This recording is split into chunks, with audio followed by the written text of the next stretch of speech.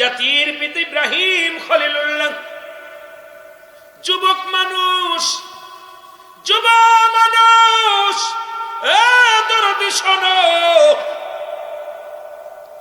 ওনার এলাকায় বিশাল একটা মেলা হয়, সব মানুষ মেলায় চলে যায়।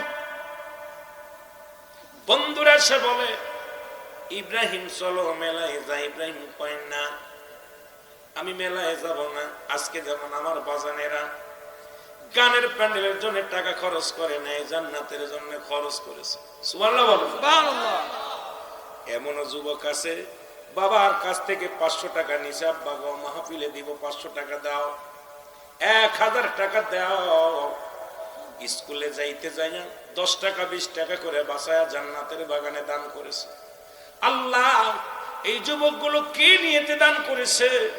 জাতির পিতা ইব্রাহিমের সঙ্গে জান্নাত দিয়ে দিও, জোরে বলেন আমিন। এই ইব্রাহিম নবী ডাক দেখো, যুবকেরা শোনো, তোমরা মেলায় যেতে পারো, আমি ইব্রাহিম নয়, আমি ইব্রাহিম আমার খোদার গোলাম, আমি আমার আল্লাহর গোলাম। সবাই চলে গেলেন মেলায়। যুবকরা তো সমাজ বদলাইতে পারে, জাতি বদলাইতে পারে, কথাটা বলতে যায় বলতেছিলাম। ইব্রাহিমের বাবা আজর ডাকতে বলে, বাবা ইব্রাহিম চলো বাজারে, আমরা মেলায় যাই, আমরা মেলায় যাই রে বাবা। ইব্রাহিম কা বাবা আমার শরীরটা ভালো না, মনটাও ভালো না, আপনি যান, আমি যাব না। সবাই যখন মেলায় চলে গেলেন, ইব্রাহিম খলিলুল্লাহ হাতের মধ্যে একখানা কুঠার নিয়ে চলে গেলেন মন্দিরে। আল্লাহু আকবার, আল্লাহু আকবার। যুবকরা যে পারে জাতিকে বদলাই দিতে রে, ইব্রাহিম খলিলুল্লাহ খোলা কুঠার নিয়ে চলে গেলেন। কোথায়? মন্দিরে যাইয়া ডাক দে বলে, দেবতা আমার বাবা আজর তোদেরকে পূজা করে, তোদের বানায়, এরা আমি জানতে চাই তোর ভিতরে তো কোনো রূহ নাই, স্রষ্টার কোনো মৃত্যু নাই, সৃষ্টির মৃত্যু আছে, তোদের স্রষ্টা কে? তোদের যিনি স্রষ্টা তারও তো মৃত্যু আছে। আমি জানি স্রষ্টার মৃত্যু নাই, কার নাই? আমার আল্লাহর নাই। সৃষ্টির মৃত্যু আছে, সুতরাং যিনি সৃষ্টি তোরাই তোরে বানাইলো, তুই খোদার বন্দেগী কর, কথা বল, খানা খা, আমার লগে কথা বল নাই, আজকে খবর আছে, জোরে বলেন আল্লাহু আকবার, আল্লাহু আকবার। কথা বল নাই, খবর আছে। মূর্তি কথা কয় না, সরস্বতী মা দুর্গা কার্তিক যা আছে কথা বুঝিনি, একটা কথা কয় না। লাত লানত যা ছিল, হুজ্জা যারা ছিল, সব নীরব।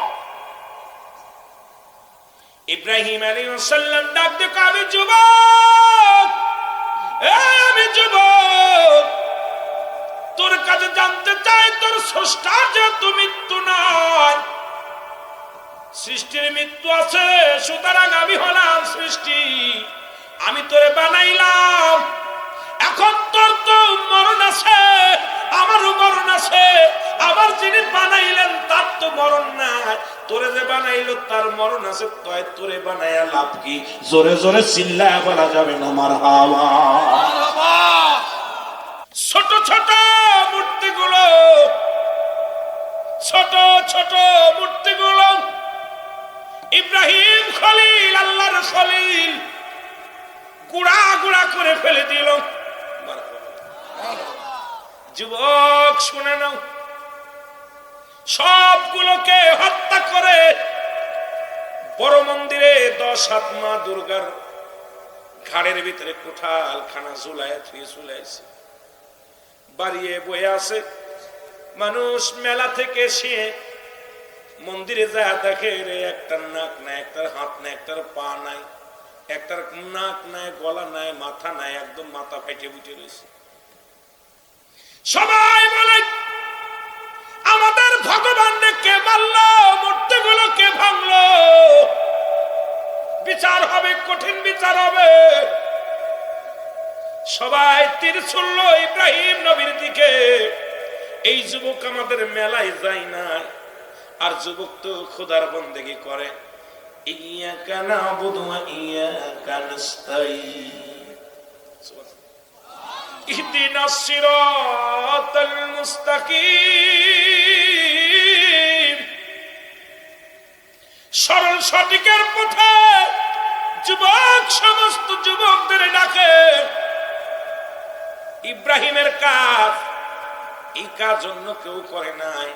ইব্রাহিম কয় ওনার খোদার বন্দেগী করো। আল্লাহ বলেন আল্লাহু আল্লাহু আহাদ আল্লাহুস সামাদ লাম ইয়ালিদ ওয়া লাম ইউলাদ ওয়া লাম ইয়াকুল লাহু কুফুয়ান আহাদ। জোরে জোরে চিল্লায়া বলা যাবে না আল্লাহু আকবার, আল্লাহু আকবার। এ যুবক, আমার আল্লাহ বলে আমি আল্লাহ, আমার কোন দ্বিতীয় নাই। পৃথিবীর মধ্যে কারো জন্ম দিই নাই, কারো থেকে জন্ম নিই নাই। আসমান জমিনের মধ্যে আমার সমতুল্য, আমার সমকক্ষ কেউ নাই। সমস্ত লোকজন চলে আসেন আজরের কাছে। আজর ইব্রাহিম খলিলুল্লাহর বাবার কাছে চলে আসলেন। এসে বলে আজর, নিশ্চিত এই প্রতিমা গুলো ভাঙছে তোমার ছেলে। এটা ইব্রাহিমের দ্বারা কাজ হয়েছে, ইব্রাহিম নবী।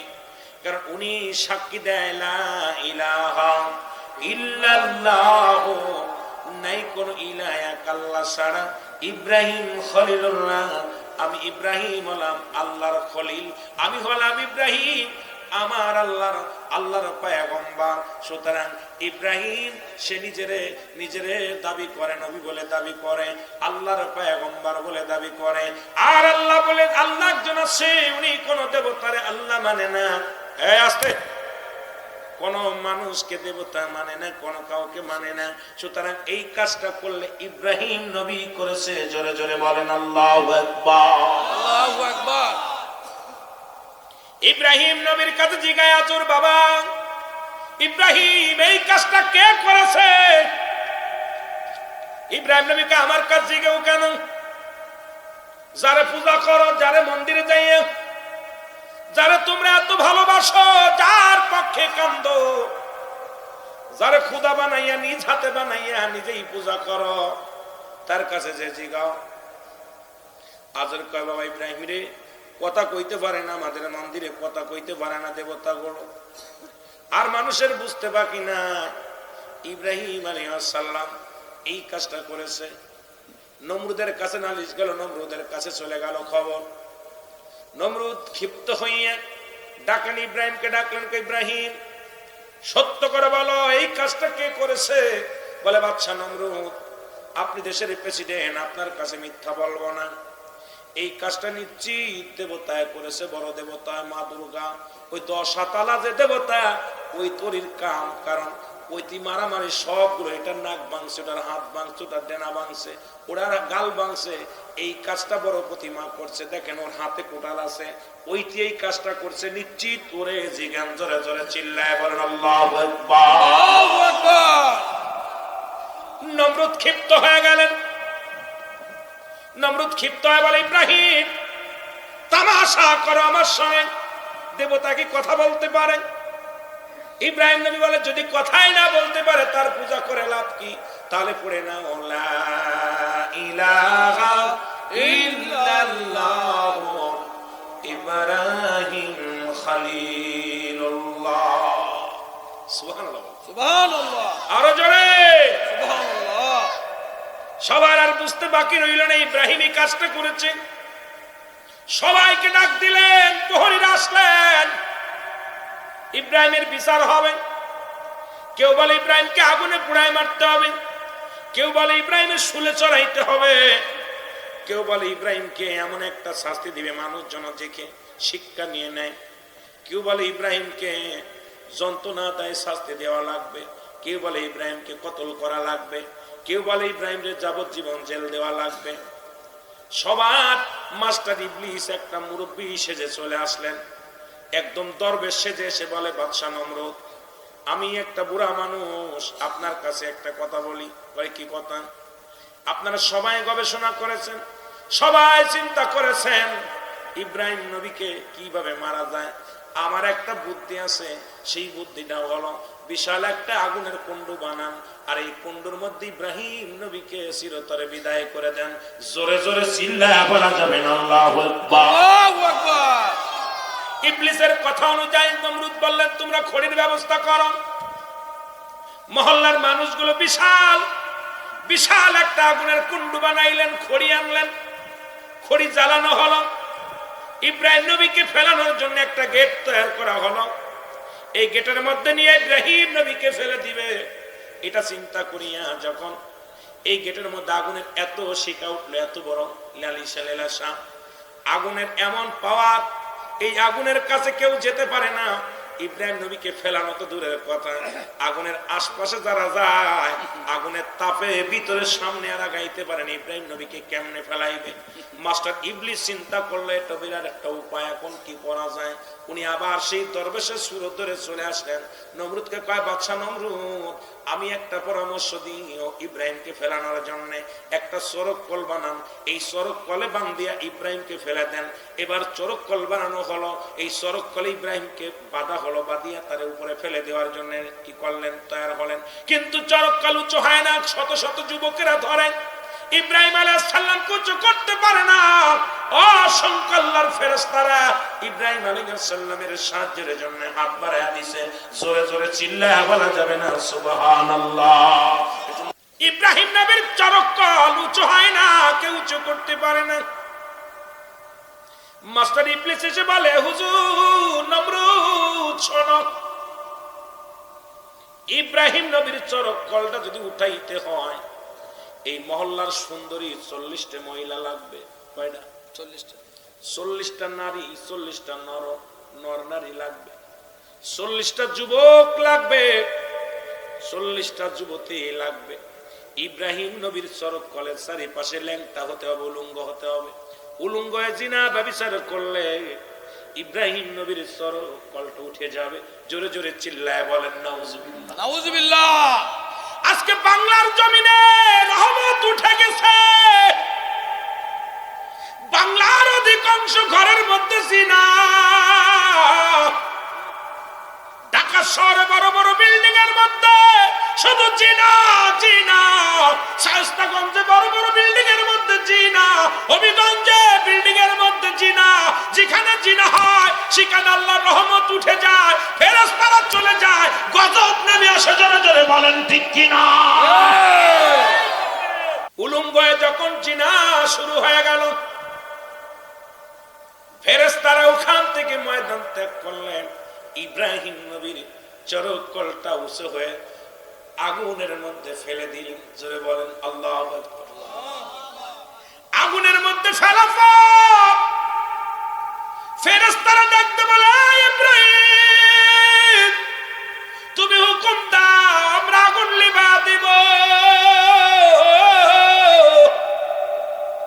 ইব্রাহিম নবী কয়, এটা কার হুকুম? এটা কি আল্লাহ বলছে? বলে না, আমরা বলতেছি আমরা আগুন লিভা দিব। ইব্রাহিম কয়, না না না, আমার আল্লাহ যেটা করে ওটাই হবে, তোমরা কাজে লাগবে না, তোমাদের অপেক্ষা করো। বাতাস বলে, ইব্রাহিম আমি আগুন বাতাস দিয়ে লিভা দিব। ইব্রাহিম কয়, না না, আমার আগুন আল্লাহ দেখবে, আল্লাহ দেখে কি না। পানি বলে, ইব্রাহিম রে, আমরা মেঘ হইয়া জমিনের মধ্যে পানি নেমে যায়, তোমার আগুনটা শীতল করে দিব। ইব্রাহিম কয়, না না, আমার আল্লাহ কি আমি ইব্রাহিমকে দেখে না? যখনই বিপদে পড়বেন আল্লাহ, জোরে বলেন আল্লাহ, আল্লাহর সাহায্য চাবেন। এরা দুইটা প্রাণী অনুমতি ছাড়া দূরে আসলো। একটা হলো ব্যাঙ, আর একটা হলো কাকলাস। ব্যাঙ এসে বলে, আল্লাহ তোমার নবী ইব্রাহিমের আগুন আমি লিভা দিব। ব্যাঙ এই পার থেকে প্রস্রাব করে ওপারে চলে যায়। এই পাশ থেকে প্রস্রাব করে ও পাশে চলে যায়। দেখবেন বাড়ির মধ্যে কুনে ব্যাঙ আছে, গা পোড়া। ঘরের মধ্যে অনেক ব্যাঙ দেখছে না, গায়ের মধ্যে ঠুসকা পড়া বসন্ত রোগের মতো, দেখছেন নি?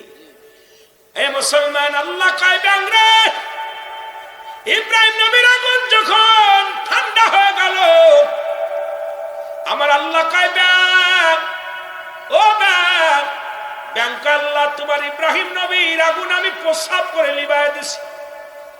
সুবহানাল্লাহ। বন্ধু, আগুন কি প্রস্রাবে লেবে?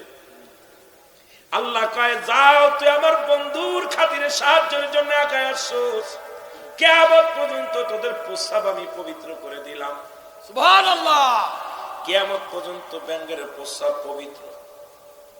আর একটা হলো কাকলা, তার জিহ্বা নাই, গাছের মধ্যে বসে টুকটুক করে আর কয় রক্ত খায়। আপনাদের এলাকায় আছে কি না? দেখলেই মারতে চায়। কাকলাস কাল্লা, তোমার বন্ধুর ওই আগুন আমি ফুদে লিবাইয়া দিছি। সুবহানাল্লাহ। এই জন্য আমার জিহ্বাটা পুড়ে গেছে। আল্লাহ কয় কাকলাস, কিয়ামত পর্যন্ত তোর খাবারের চিন্তা করা লাগবে না, ওই গাছের মধ্যে বইয়া শুধু শ্বাস নিবি, তোর পেট ভরে যাবে। জোরে জোরে চিল্লা বলা যাবে না মারহাবা। আমার ভাইরা, আমার বন্ধুরা, আমার দিলের কান্না লাগা শুনলো। ইব্রাহিম নবী ওর মধ্যে রইলেন। এরে ইব্রাহিম, নমরুদ উচ্চ জায়গা উঠে থাকে, ইব্রাহিম ভিতরে চেয়ারের মধ্যে বসে আছে। জান্নাতি খাবার গুলো, জান্নাতি নিয়ামত গুলো, ইব্রাহিম নবীর পাশে অসংখ্য ফেরেশতারা বসে আছে। নমরুদ তো ক্ষিপ্ত হয়ে গেলেন। এবার নমরুদ দূর থেকে তার সৈন্যদের বললেন, তোমরা পাথর নিক্ষেপ করো, আগুনের মধ্যে পাথর মারো, কারণ তো মরে নাই। দেখো জান্নাতি ফল, জান্নাতি নিয়ামত, আগুনের মধ্যে জান্নাতি বাগান বানায় নিছে, ফুলের বাগিচা।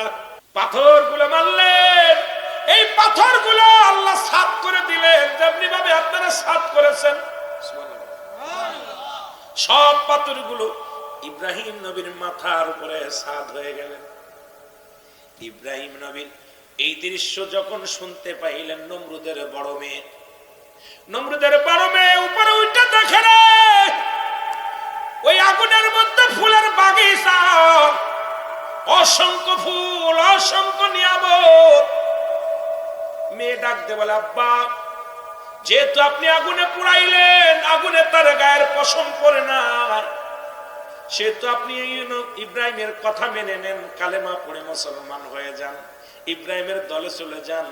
নমরুদের মেয়ে বলে, আব্বা জান, যেহেতু আপনি তারে পুড়াইতে পারেন না, তার খোদার শক্তি বেশি, আপনার শক্তি কম, তার খোদার শক্তি বেশি, আপনার শক্তি নাই, আপনি পড়ে নেন লা ইলাহা ইল্লাল্লাহু ইব্রাহিম খলিলুল্লাহ। জোরে জোরে চিল্লা বলা যাবে না মারহাবা। নমরুদ এত জোরে এক ধমক দিলেন মেয়েকে, মেয়ে আর কোনো কথা বললেন না, মারার হুমকি দিলেন। মেয়ে আস্তে আস্তে যাইয়া ওই যে দরজা ছিল, সে দরজার মধ্যে প্রবেশ করে ইব্রাহিম নবীর কাছে চলে গেছে। সুবহানাল্লাহ। ইব্রাহিম নবীর কাছে যায় বলে, হে ইব্রাহিম, তোমার যে খুদার কালেমা পড়ার কারণে তোমার গায়ে আগুন লাগে নাই, সেই খুদার কালেমা আমার পড়াইয়া দাও। ইব্রাহিম আলাইহিস সালাম নমরুদের বড় মেয়েকে কালেমা পড়াই দিয়েছে। সুবহানাল্লাহ। আরো জোরে, আরো জোরে, আরো জোরে। নমরুদ এই ঘটনা নমরুদ শুনতে পারছে, আমার মেয়েও নাকি ইব্রাহিমের অনুভুক্ত হয়ে গেছে। তখন ইব্রাহিমের মেয়ে নমরুদের মেয়েকে মারা ষড়যন্ত্র করলেন, লোকজন দিয়া মারা ষড়যন্ত্র করলেন। এরপরে ইব্রাহিমকে মারবে তো মারতে মারতে পারেন, ওর ভিতরে বসে আছে ইব্রাহিম, তো চারিপাশে আগুন জ্বলতেছে, মাঝখানে ফুলের বাগিচা। সুবহানাল্লাহ। এদিকে আগুন লিবাইতে পারে না, ওর কাছেও যাইতে পারে না। এরপরে মেয়েটাকে মারা ষড়যন্ত্র করলেন। ইব্রাহিম নবীর কাছে গোপনে যায় বললেন, বড় মেয়ে, যে হুজুর, আপনার কালেমা পড়ার কারণে, আপনার অনুগত্য, আপনার খুদার প্রতি ভক্তি শ্রদ্ধা করার কারণে আমার আব্বাজান আমাকে হত্যা করার পায়তারা করছে। আমার আল্লাহ বলে, হে ইব্রাহিম, এখান থেকে ফেরেশতা দিয়ে তোমাকে অন্য রাষ্ট্রে নিয়ে যাওয়া হবে। সুবহানাল্লাহ। আরো জোরে, আরো জোরে। ইব্রাহিম আলাইহিস সালাম ওখান থেকে বাইরে হয়ে চলে গেলেন। কিন্তু মার মেয়েটাকেও ষড়যন্ত্র থেকে বাঁচাই দিলেন। ইব্রাহিম আলাইহিস সালাম আস্তে আস্তে করে চলে গেলেন। জোরে বলেন মারহাবা। আরো জোরে বলেন, আরো জোরে বলেন। এই দৃশ্য দেখলেন অসংখ্য ইহুদিরা, অসংখ্য কাফের বেঈমানেরা। ইব্রাহিম আলাইহিস সালামের এই দৃশ্য দেখে মধুর কালেমা পড়ে মুসলমান হয়ে গেছে। জোরে বলেন সুবহানাল্লাহ। আর একটু জোরে বলেন না সুবহানাল্লাহ। ইব্রাহিম আলাইহিস সালাম চলে গেলেন। এ মুসলমান শুনে নাও, কোথায় চলে গেলেন? মিশর দেশে চলে গেলেন।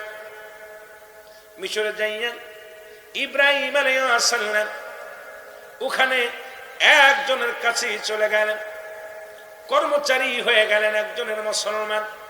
মিশরের যিনি প্রেসিডেন্ট, যিনি বাদশাহ, উনার দায়িত্বে চলে গেলেন ইব্রাহিম আলাইহিস সালাম। উনার বাড়ি কর্মচারী। মিশরের রানীরা অমুসলমান শুনে নাও, ওখানে পথের মধ্যে ইব্রাহিম আলাইহিস সালাম পথে পথে খায়, পথে পথেই ঘুমায়। ওই রাজার দরবারে আশেপাশে ঘোরাঘুরি করে আর কষ্ট করে, অনেক কষ্ট করে। হঠাৎ একদিন দেখে যুবকেরা মিশরের বাজারের দিকে যায়। এ যুবকেরা তোমরা কই যাও? এই দেশের প্রেসিডেন্ট, তার কন্যার বিয়ে হবে, জামাই পছন্দ করবে, আমরা বাজারে যাই। উজিরের মেয়ে, উজিরের ছেলে, মন্ত্রীর ছেলে, কারণ প্রধানমন্ত্রীর মেয়ে বিয়ে পড়বে। যদি জামাই পছন্দ করা হবে, আজকের বাজারে যার গলায় সাইরা মালা দিবে সে তার স্ত্রী স্বামী হয়ে যাবে। জোরে জোরে চিল্লায় বলা যাবে না মারহাবা। আজকে হাজেরা জামাই পছন্দ করবে। ইব্রাহিম আলাইহিস সালাম কয় আমিও যাব। সুবহানাল্লাহ, আমিও যাব যদি পছন্দ হয়। ইব্রাহিম আলাইহিস সালামের গায়ে পোশাক নাই, যুবক মানুষ, ওই আগুনের ভিতর থেকে বাইরে হইয়া পথে পথে ঘোরে, পাগলের মতো আল্লাহ জিকির করে, আল্লাহর গোলামি করে। যুবক নেতা বাজারে চলে গেলেন। বাজারে সব ছেলেরা, যুবক, বড় বড় টাকাওয়ালা বাড়িওয়ালা ছেলেরা সব দাঁড়ায় দাঁড়ায় আছে লাইনে। হাজেরা আজকে যার গলায় মালা দিবে সে স্বামী হবে, আর এই রাজ্যের প্রধান হবে। রাজার কন্যাকে বিয়ে করার পর রাজা তার রাজমহল লিখে দিবে। এই লোভে সমস্ত মন্ত্রীর ছেলেরা সব জামা কাপড় গায়ে দিয়ে হীরা, একদম হীরা মুক্তা লাগাইয়া সব যুবক চলে গেছে। ইব্রাহিম আলাইহিস সালাম এক পাশে দাঁড়ায় আছে। সুবহানাল্লাহ বলেন। হাজেরা তার বন্ধুদেরকে নিয়ে, বান্ধবীদেরকে নিয়ে পুরো বাজার ঘুরে। সখীরা বলে, বান্ধবীরে তোর কপালে স্বামী জুটবে না, এত লক্ষ লক্ষ ছেলে দাঁড়ায় আছে, কারুর গলায় মালা দিলি না, তাহলে তোর কপালে বুঝি স্বামী নাই। হাজেরা কয় আজকে আমি যাকে মালা দিব রে, তাকে আমি পেতেছি না, তাকে আমি পেতেছি না, কারণ আমি ঘ্রাণ পেয়েছি, তার চেহারা এখনো পাই নাই। সুবহানাল্লাহ। আমি ঘ্রাণ পেয়েছি, আমি যাকে স্বামী রূপে পাবো, যাকে আমি স্বামী হিসেবে কবুল করব, সেই লোকটার ঘ্রাণ আমার নাকে আসছে, কিন্তু আমি তাকে পাই নাই। ফুলের মালা নিয়ে বান্ধবীদেরকে নিয়ে ঘুরতে ঘুরতে যায়া যায়া, অনেক লম্বা ইতিহাস তো বাবা, না আলী এটুকু শেষ না করতে বলে দিকে যেতে পারতেছি না, বড় বিপদ। চলে গেলেন কোথায়? যে দেখি ইব্রাহিম আলাইহিস সালাম খালি গায়, পাগল, মাথার চুলগুলো এলোমেলো, হাতের নখগুলো বড় বড়, একদম পাগল মানুষ, প্রত্যেক জায়গায় বসে দাঁড়ায় আছে। হাজেরা যাইয়া ফুলের মালাটা সঙ্গে সঙ্গে হযরত ইব্রাহিম আলাইহিস সালামের গলার ভিতর লাগাই দিয়েছে। জোরে বলেন না সুবহানাল্লাহ। আরো জোরে। সবাই রব উঠে গেল, রাজার মেয়ে পাগল হয়ে গেছে, পাগলের গলায় মালা দিছে, পাগলের গলায় মালা দিছে। সবাই বলে, হাজেরা রে, তুমি এত লক্ষ লক্ষ যুবক, মন্ত্রীর ছেলে, এমপির ছেলে, কত মন্ত্রী, বাড়িওয়ালার গাড়িওয়ালার ছেলেরা ঘোরাঘুরি করে, কারুর গলায় তুমি মালা দিলা না, অবশেষে এক পাগলের গলায় মালা দিল। হাজরা কয়, বান্ধবীরা রে, তোরা চিনবি না আমি কার পাগল, আমি কার পাগল, আমি আমার মৌলার পাগল, আমি যার গলায় মালা দিছি রে, এরা তার খাতিরে আমি দুনিয়া কেরা দুইটাই পেয়ে যাব। এরে আমি হাজেরা কাছে সাধারণ কোন মানুষের গলায় মালা দিই না, তোরা দেখছিস পাগল, আমি দেখছি জান্নাতি যুবক। এই জামানার মহাতাপস, জোরে জোরে চিল্লায় বলা যাবে না মারহাবা। ওই দিকের নিয়ম ছিল যার গলায় মালা দিবে সেই স্বামী হবে। রাজার কাছে খবর আসলো, হুজুর সর্বনাশ, আপনার মেয়ে পাগল হয়ে গেছে, এক পাগলের গলায় মালা দিছে। ইব্রাহিম আলাইহিস সালামকে রাজ দরবারে নিয়ে যাওয়া হলো। ইব্রাহিম আলাইহিস সালামকে নিয়ে যাওয়া হলো, হাজেরাকে নিয়ে যাওয়া হলো। বলছে, মা গো, তুমি প্রত্যাখ্যান করো। হাজেরা বলে, না, জীবন দিতে রাজি আছি, এই মালা ফেরত নিতে রাজি না। সুবহানাল্লাহ বলে, সুবহানাল্লাহ, আরো জোরে সুবহানাল্লাহ। হাজেরা বলে, আমি ফেরত নিতে রাজি নই। রাজা বলেন, প্রধানমন্ত্রী বললেন, মালা যদি পরিবর্তন না করো, মারে আমি কিঞ্চিত পরিমাণ সম্পদের তোমাকে দিব না, তোমাকে একটা কানা করি দিব না। যদি ফকিরের গলায় মালা দিছো, মালা উঠায় নাও। বলে, বাবা গো, তুমি এই ফকিরের চিনবা না, এ তো দুনিয়ার ফকির নয়, আমার মাওলার ফকির, আমার মাওলার গোলাম।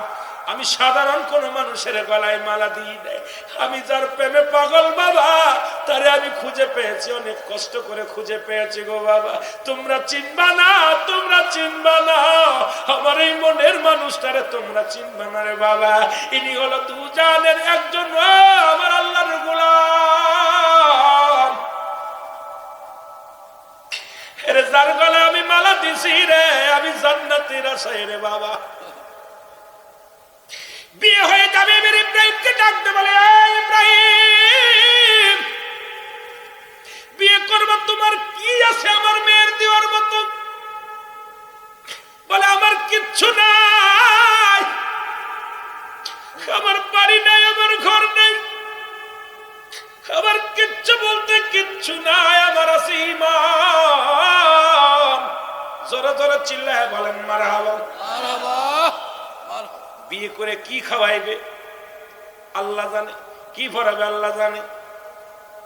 ইব্রাহিম নবী বলেন, আপনি যেহেতু আমার শ্বশুর হবেন, বিয়ে করার পর আপনার কাছে আমার একটা দাবি, আমি আপনার কাছে কিছু বকশিশ চাবো। সেই বকশিশটা হলো, আপনার মেয়েকে আমার হাতে দিবেন, আমি আপনার মেয়েকে বিয়ে করব। আমাকে একটা বকশিশ দিবেন, বকশিশটা হলো আপনার মেয়ের মাপ করে একটা কাঠের বাক্স বানায় দিবেন, কারণ আমার বিবিকে আমি পর্দার মধ্যে রাখবো। জোরে জোরে চিল্লায় বলা যাবে না মারহাবা। আমার বিবির চেহারা যেন কেউ দেখে না, যেহেতু আপনার বিয়ে দিয়ে পর আপনার রাজ্যে আপনি আমার রাখবেন না। রাজা বললেন, ঠিক আছে। কাঠের একটা বাক্স বানানো হলো, হাজেরাকে কাঠের বাক্সের মধ্যে ভরা হলো। সুবহানাল্লাহ বলেন না, আর একটু জোরে বলেন। কাঠের বাক্সের মধ্যে ভরা হলো। ইব্রাহিম আলাইহিস সালাম মাথার মধ্যে বিবিকে নিলেন, বিবিকে মাথার মধ্যে নিয়ে হাঁটা শুরু করলেন। কোথায় যাবে, কোথায় বাড়ি, কোথায় ঘর, পাগলের মতো পঙ্গপালের মতো ছুটতে লাগলেন। এদিকে দস্যু ডাকাত রাজা সাধনের লোকেরা, ওই দেশের পাশের রাজ্যের নাম হলো রাজা সাধন। নাম কি? রাজা সাধন। ইনি ছিল পিপাসিত নারী, পিপাসিত, প্রতিদিন একটা করে সুন্দরী নারী পান করত। পিশা ছিল তার জিনা, ব্যভিচার চলছিল। যদি কোন মন্ত্রী, কোন উজির, কোন সুন্দরী নারী তার কাছে নিয়ে দিত, তাকে বিপুল পরিমাণ অর্থ করি তারে দিয়ে দিত, কারণ যত সুন্দরী মেয়ে তার কাছে নিয়ে দেওয়া যেত, ততই সে ভালো ভালো বকশিশ পেত। সারা রাত ভরে ঘুরে ঘুরে ভালো ভালো মেয়েগুলো ধরে ধরে তার কাছে নিয়ে যাওয়া হতো। ইব্রাহিম নবী তার বিবিকে মাথার মধ্যে নিয়ে, মাথায় করে তক্তার মধ্যে নিয়ে হাঁটতে লাগলেন। জোরে জোরে চিল্লায় বলেন মারহাবা, মারহাবা। ইব্রাহিম নবীর সামনে দেখা গেল পাহারাদার। পাহারাদার বলে, যুবক, তোমার মাথায় কি? বলে, কিছু না, আমার দুনিয়ার বড় সম্পদ, এই সম্পত্তি আমি মাথায় করে নিয়ে যাই। লোকজন বলে, নিশ্চিত তুমি রাজ্য থেকে কিছু চুরি করে নিয়ে যাও বাক্সের মধ্যে। এবার বাক্সটা নিলেন, ইব্রাহিম আলাইহিস সালামকে ধরে বাক্সটা খুললেন। বাক্স খুলে দেখে বাক্সের মধ্যে পৃথিবীর শ্রেষ্ঠ সুন্দরী নারী ওই বাক্সের মধ্যে রয়েছে। জোরে জোরে বলেন আল্লাহু আকবার, আল্লাহু আকবার। প্রহরীদারা চিন্তা করে, এত সুন্দর নারী, এটা যদি রাজা সাধনের কাছে নিয়ে যেতে পারি, অনেক মূল্যবান টাকা পাবো, সম্পদ পাবো, সম্পদ সোনা দানা পাবো। ইব্রাহিম আলাইহিস সালামকে হাতের মধ্যে হ্যান্ডকাপ লাগায় নিয়ে গেলেন। হাজেরা সাহেব কুকা নিয়ে গেলেন। মুসলমান হাজেরাকেও নিয়ে গেলেন। কোথায় নিয়ে গেলেন শুনে নেন মুসলমান, শুনে নেন। বিবিকেও নিয়ে গেলেন। এবার নিরাপদ। বন্ধুগণ শোনো, নিয়ে যখন গেলেন, নিয়ে যাওয়ার পর সুন্দরী বিবি দেখে পাগল হয়ে গেলেন, সুন্দরী মেয়ে দেখে পাগল হয়ে গেলেন। গভীর রাত্রে এবার বললেন, এ মুসলমান, কারে ইব্রাহিম আলাইহিস সালামকে জেলে পাঠায়া দিলেন, জেলের মধ্যে পাঠায়া দিলেন নারী পাচার করার কারণে। একটা কি করলেন, বিনা দোষে ইব্রাহিম আলাইহিস সালামের জেল হয়ে গেল। আর রাতের অন্ধকারে মহিলাকেও, হাজেরাকেও জেল দিয়ে দিলেন, বিবিকেও জেল দিয়ে দিলেন। জেল দেওয়ার পর গভীর মনোযোগ, ইব্রাহিম আলাইহিস সালাম এক ঘরে, বিবি এক ঘরে। গভীর রাত্রি ইব্রাহিম আলাইহিস সালাম কান্দার বলে, আল্লাহ, আমি স্বামী হইয়া যদি আমার বিবির সতীত্ব রক্ষা না করতে পারি, কিয়ামতের ময়দানে আমি কি জবাব দিব আল্লাহ? আমার বিবি আজকে যদি সতীত্ব নষ্ট হয়ে যায়, আমি জেলখানা থেকে তারে বাঁচাইতে পারলাম না। আল্লাহ, তুমি আমার দয়া করো। আমার আল্লাহ তাআলা ফেরেশতাদের কয়, দুটি ফুল নিয়ে যাও, জান্নাতি দুটি ফুল, একটা গোলাপ ফুল, একটা দিবা হাজরার হাতে, বিবির হাতে, একটা দিবা স্বামীর হাতে। যখন বিবির কথা মনে পড়ে যাবে, ইব্রাহিম আলাইহিস সালামের কাছে একটা ফুল আনলেন। আজকে আপনারা মোবাইল দেখে স্বামী স্ত্রী কত কথা কন মোবাইলে, ইতিহাস আজকে পড়ে নেন বাবা, জান্নাতি ফুলের মধ্যে ফুলের ইতিহাসটা ভালো করে জেনে নেন। জোরে বলেন আল্লাহু আকবার। আল্লাহু আকবার। দুটি ফুল দিলেন হাতের মধ্যে, ডাকতে বলে, নবী ইব্রাহিম, যখন আপনার বিবির কথা মনে পড়বে, আপনি ফুলের দিকে তাকাইলে আপনার বিবিরে দেখতে পাবেন। আর বিবির কাছে আর একটা ফুল দিলেন, বলেন, ও বিবি, ইব্রাহিমের বিবি, শোনো, তোমার স্বামীর কথা যখন মনে পড়বে, তুমিও ফুলের মধ্যে তাকাবা, সঙ্গে সঙ্গে তোমার স্বামীরে তুমি দেখতে পাবা। জোরে বলেন আল্লাহু আকবার। আল্লাহু আকবার। রাত নির্জন হয়ে গেল, ইব্রাহিম আলাইহিস সালাম বিবির কথা মনে পড়ে গেল। গভীর রাত্রি বিবির জন্য ফুলটার দিকে তখন তাকাইছে, তাকায় দেখে বিবি বসে আছে, নির্জনে বসে আছে। আর রাজা সাধন আস্তে আস্তে করে বিবির ঘরে প্রবেশ করতে গেছে। একটা চিৎকার মেরে দিয়ে বলে, আল্লাহ, আমার বিবির ইজ্জত বাঁচাও। সঙ্গে সঙ্গে রাজা সাধন যখন ঘরের দরজায় গেছে, ঘরের দরজায় যখন গেছে, তখন যখন ধরবে, তখন সঙ্গে সঙ্গে রাজা সাধন, ও মুসলমান শুনে নাও, তার সমস্ত দেহটা, পা দুইটা পাথর হয়ে গেছে। জোরে জোরে চিল্লায়া বলা যাবে না আল্লাহু আকবার। আল্লাহু আকবার। পা দুটি পাথর হয়ে গেছে। খবর গেল উজির বলে, হুজুর, হুজুর তো পা দুটি অবাস। চলে গেলেন ইব্রাহিমের কাছে। ইব্রাহিম, ইব্রাহিমের বিবিরে সর্বনাশ করা সম্ভব হলো না। হাজরার কাছে বলে, হাজরা রে, তুমি আমার মা, আমি তোমার সতীত্ব নষ্ট করবো না, তুমি আমার মা, তুমি আমারে মাফ করে দাও, আমার জন্য আল্লাহ ভালো করে দেয়। মহিলা মানুষ, দিলের মধ্যে বড় মায়া, মাফ করে দিলেন। সঙ্গে সঙ্গে পা দুটি ভালো হয়ে গেল। আবার পরের রাত্রে চিন্তা করে, আজকে কোন দরজা খোলা থাকবে, আজকে যে আমি আঁকড়ে ধরবো। ইব্রাহিম আলাইহিস সালাম আবার ফুলের ভিতর পরে রাত্রে তাকাইছে, তাকায় দেখে রাজা সাধন আস্তে আস্তে করে ঘরের মধ্যে যাবে। এমন সময় দুটি হাত আমার আল্লাহ পাথর বানায় দিছে। এবার আর হাত দুটি আর উঠতে পারে না, দাঁড়ায় আছে। এখন সারা রাত দাঁড়ায় আছে রাজা সাধন। রাজা সাধন দাঁড়ায় আছে। সকালবেলা উজিররা দেখে ওই মহিলার ঘরের মধ্যে দাঁড়ায় আছে রাজা সাধন, দুটি হাত তারা পাথর হয়ে গেছে। এরা ধরায় দেয়, পা ধরায় ধরলেন। আপনার পা ধরায় ধরে কই, মা, আপনি আমার মা, আপনি আমার মাফ করে দেন, আর জীবনে ভুল করবো না। মা কি করলেন, ইব্রাহিম নবীর বিবি মাফ করে দিলেন। সঙ্গে সঙ্গে হাত দুটি পাথর থেকে ভালো হয়ে গেল। চিন্তা করে পরের দিন রাগান্বিত হয়ে গেছে, আজকে কোনো কথা নয়, একবারে যে চেপে ধরবো। এবার যখন ঘরের মধ্যে যাইয়া পরের দিন আবার যখন ঘরের মধ্যে প্রবেশ করেছে, ইব্রাহিম আলাইহিস সালাম আবার ফুলের দিকে তাকায়। টাকা দেখে রাজা সাধন গুটি গুটি পায়ে বিবির সর্বনাশ করার জন্য যায়। ইব্রাহিম নবী একটা চিৎকার মেরে বলে, আল্লাহ।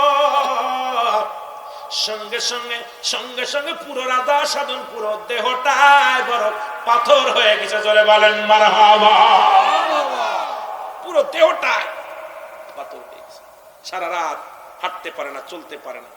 মাফ চেতেছে, হাজেরারে, আমারে মাফ করে দাও, আমার স্বামীকে যদি মুক্ত করে দাও তাহলে তোমাকে মাফ করতে পারবে।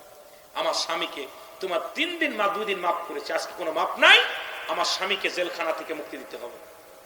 তোমার স্বামীকে মুক্তি দিলাম, আমাকে বাঁচাও। স্বামীকে মুক্তি দিলেন। এবার ওকেও কইবেন, আমাকে মাফ করে দিতে, মুক্তি দিতে হবে, আমাকে মাফ করে দিতে হবে। এরপরে মাফ করে দিলেন। ইব্রাহিম আলাইহিস সালাম বিবিকে নিয়ে রওনা দিছে, চলে আসতেছে। অনেক ইতিহাস। রাজা সাধন বলে, দাঁড়াও, আমার তোমাকে মাফ করতে পারি, তোমাকে ছাড়বো না, মাফ করতে পারি তোমাকে, একটা শর্ত আছে।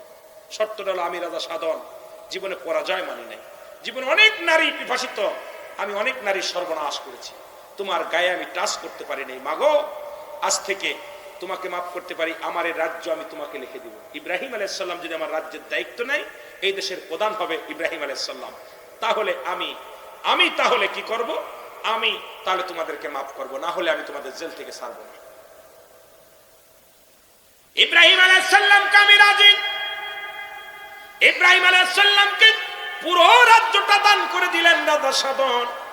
রাজা সাধন যখন মন্ত্রিত্ব দিয়ে দিলেন, ইব্রাহিম আলাইহিস সালাম হয়ে গেলেন ওই দেশের প্রেসিডেন্ট। জোরে জোরে চিল্লায়া বলা যাবে না মারহাবা। কি হয়ে গেল? প্রেসিডেন্ট হয়ে গেল। আমার ভাইরা, বন্ধুরা আমার, এরপরে ওনার তো ঘরে সংসার করতে লাগলেন। ওনার দাসী ছিলেন, কে ছিলেন? হাজেরা, সাইরা বিবি ছিল। ওই রাজা সাধনের কোন কিতাবে আছে ওনার বিবি ওই রাজা সাধনের মেয়ে ছিল, আবার কেউ কেউ বলছে কাজের দাসী মেয়ে ছিল। এ কি করলেন, আবার বিবি সন্তানাদি না হওয়ার কারণে ওই বিবির সঙ্গে বিবাহ দিলেন। হাজেরা নিজে বিয়ে দিলেন হযরত ইব্রাহিম আলাইহিস সালামের কাছে। এর থেকে আসলে ইসমাইল আলাইহিস সালাম। ইসমাইল আলাইহিস সালামকে বনবাসে দিলেন। অনেক ইতিহাস, অধিকার যেতে পারবো না, শুধু এইটুকু রাখলাম যে নিজের বিবিকে রক্ষার্থে, বিবিকের ইজ্জত রক্ষার্থে ইব্রাহিম আলাইহিস সালাম যে ভূমিকা পালন করেছিল, আমরা যারা যুবক আছি আমাদের বিবিদের সতীত্ব রক্ষার্থে আজ থেকে আমরা কঠোরভাবে বিবিদেরকে পর্দায় রাখবো। জোরে বলেন ঠিক কিনা? আরো জোরে বলেন ঠিক কিনা? আমার দেশে শুধু জিনা ব্যভিচার চলতেছে। আমরা যুবক ভাইরা আমাদের বিবিদের হক আদায় করতে পারি না, স্ত্রীদের হক আদায় করতে পারতেছি না। আপনার বিবির যদি এর কারণে কোনো জিনা ব্যভিচার করে, এর জন্য দায়ী থাকবেন আপনারা। এই জন্য আমি আপনাদেরকে বলবো যে জিনা ব্যভিচার বন্ধ করতে হলে বিবিদেরকে কঠোর পর্দায় রাখতে হবে। এত বড় পর্দায় থেকেও কিন্তু তাদের কি করতে পারে নাই। ভাইয়ের আমার, ইজ্জত রক্ষা করতে অনেক কষ্ট হয়েছে। সুতরাং আপনাদেরকে আমি বলবো যে আপনারাও ওই নারীর সতীত্ব রক্ষার্থে আপনাদের অগ্রসর হতে হবে। যেন বলেন ঠিক। হযরত উমর ফারুক রাদিয়াল্লাহু তাআলা আনহু, ওনার কদমে একজন বৃদ্ধ তার সন্তানকে হাত ধরে টানতে টানতে নিয়ে চলে আসলেন। যুবক ছেলেকে ডাক দিয়ে বলেন, বাবা, হযরত উমরের কদমের মধ্যে যেতে হবে। আমার যুবক ভাইরা, বাবাই বললেন হযরত উমর ফারুক রাদিয়াল্লাহু তাআলা আনহুর কদমের মধ্যে যেতে হবে। সন্তান বলে, বাবা আমি যাব, আমারে নিয়ে চলেন, কারণ আমি শুনেছি হযরত উমর ন্যায়পরায়ণ বাদশা, যার কাছে কোনো অন্যায় বিচার হয় না, যার কাছে গেলে কোনো মানুষ নিরাশ হয় না, যিনি যেটা সত্য সেটা ন্যায় বিচার করে, অন্যায় কোনো বিচার হযরত উমর মেনেও নেয় না, করেও নেয়। জোরে জোরে চিল্লায়া বলা যাবে না মারহাবা। আমার ভাইরা, আমার বন্ধুরা, আমার হযরত উমরের কদমের মধ্যে বৃদ্ধ ডাক দিয়ে বলে, আমিনুল মুমিনিন, আপনার কদমের মধ্যে আমার ছেলের বিচারের জন্য আনছি। কার বিচার? কথা বলেন না। ছেলের বিচার। কার বিচার? ছেলের বিচার করবে কে? কথা কোন কে করবে? হযরত উমর ফারুক রাদিয়াল্লাহু তাআলা আনহু বিচার করবে। ধরে আনছে, বাবা কেমন বাবা গো, কেমন বাবা গো। আর আমরা ছেলে অন্যায় করলে দেখা যায় মিন্নির মতো বেয়াদব মার্কা গার্জিয়ান যারা আছে, মিন্নির বাবার মতো বেয়াদব মারা মুজাম্মেল মার্কা মানুষ যারা আছে, সন্তান হারামি কাজ করে, সন্তান লুচ্ছামি করে, সন্তান গাঁজা মদ খায়, আবার সেই সন্তানের জন্য আদালতে দাঁড়ায়। লজ্জা থাকার দরকার, কারণ ওই সন্তান কিন্তু বুকের মরে লাথি মেরে জাহান্নামে চলে যাবে। এই প্রতিটা সন্তান আল্লাহ পাক আপনার কাছে আমানত রাখছে। আমানতের খিয়ানত করার অধিকার আপনার নাই। এই সন্তান একদিন আপনাকে বুকের মধ্যে লাথি মারবে, এই সন্তান আপনার বিরোধিতা করবে, এই সন্তান আল্লাহর আদালতে মামলা দিবে। আল্লাহ, আমার আব্বা কোনদিন নামাজের জন্য তাগিদ দেন নাই, রোজার জন্য তাগিদ দেন নাই, হারাম খেয়েছি কোনদিন কিছু বলে নাই, কোনদিন আমার আব্বা জান আমার শীতের দিনে আমি ঘুমায় থাকতাম, কোনদিন নামাজের জন্য ডাকেন নাই। সুতরাং এ আল্লাহর বান্দা শুনে নাও, কঠিন হাসরের ময়দানে ওই সন্তানগুলো বাবার বুকের মধ্যে লাথি মারবে। আমার আল্লাহ বলবে, বান্দারে ও ফেরেশতা, আমি সহ্য করতে পারি না যে সন্তান বাবার মুখে পা লাগাইছে। ওই বাবা সন্তান সহ দুজনকেই তুমি জাহান্নামে নিক্ষেপ করো, কারণ জাহান্নামী সন্তানের কারণে আপনি জাহান্নামে যাবেন। যতই আপনি তাসবিহ টেপেন, যতই আপনি কালেমা পড়েন, যতই আপনি নামাজ পড়েন, সমস্ত নামাজ, রোজা, হজ, যাকাত সবকিছু বরবাদ হয়ে যাবে। আপনার আহলে বায়ত যদি না বাঁচাইতে পারেন, বিবি যদি বেনামাজি হয়, সন্তান যদি হারামখোর হয়, যদি মুসলমান ভাই যদি হারামখোর হয়, আল্লাহর আদালতে জবাব দেওয়া সম্ভব হবে না। জোরে বলেন ঠিক কি না? হযরত ওমর ফারুক রাদিয়াল্লাহু তাআলা কদমের মধ্যে বললেন, হুজুর আমিনুল মুমিনিন, আমার সন্তান অপরাধ করেছে, তার বিচারের জন্য আপনার কদমের মধ্যে আসছি। খলিফা হযরত ওমর ফারুক বলে, যুবক বিদ্যারে কি অপরাধ করছে বলো? বলে, হুজুর 1 নাম্বার অপরাধ করছে আমার ছেলে। আমার ছেলে 1 নাম্বার অপরাধ করছে, সে দুনিয়ার মধ্যে 1 নাম্বার মানুষ হত্যা করছে।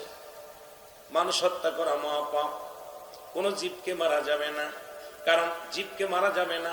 তার ভিতরে 5 শ্রেণী জীব, 5 শ্রেণী পশু পাখি আমার আল্লাহ দরবারে দোয়া করলে পৃথিবীর মধ্যে কবুল হয়ে যায়, আমার আল্লাহ তাআলা কবুল করে নেন। আবার এই 5 শ্রেণী প্রাণীগুলো যদি আপনার জন্য বড় দোয়া করে, সঙ্গে সঙ্গে আপনার লেগে যায়। আর এই 5 শ্রেণী পশুর বড় দোয়া যারা পেয়েছে, সংসারের মধ্যে অশান্তি লেগে গেছে, ভাই ভাই মিল নাই, সংসারের মধ্যে মিল নাই, স্বামী স্ত্রী মিল নাই, অভাব আর অভাব, চাকরি বাকরি নাই, ব্যবসায় উন্নতি নাই।